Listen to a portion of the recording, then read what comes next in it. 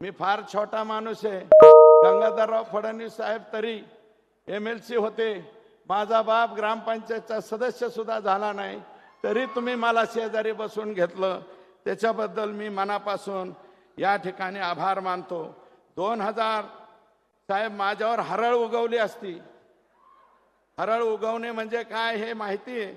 2019 पासून माझ्यावर, माझ्या कुटुंबावर कटकारस्थाने करून वेगवेगळ्या पद्धतीने त्रास देण्याचा काम झाला, प्रयत्न झाला.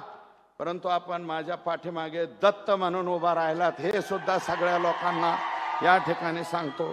साहेब, मला चांगलं आठवतंय 2019 मध्ये पूर्ण बहुमत येऊन सुद्धा तुम्ही राज्याचे मुख्यमंत्री झाला नाहीत.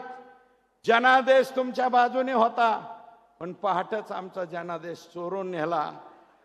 ज्या प्रकारे आपल्यावर आणि त्या कालावधीत ज्या प्रकारे आपल्यावर राजकीय आणि कौटुंबिक जीवनातून उद्ध्वस्त करण्याचे कटकारस्थानं राखली गेली, रचली गेली, परंतु आपण कुशाग्र बुद्धीने जो संघर्ष केला ना साहेब, त्याला तोडच नाही, त्यावर मात केली आपण. आणि त्याला तोडच नाही, बिनजोड पहिलवान म्हणतात, तो बिनजोड पहिलवान आहे तुम्ही.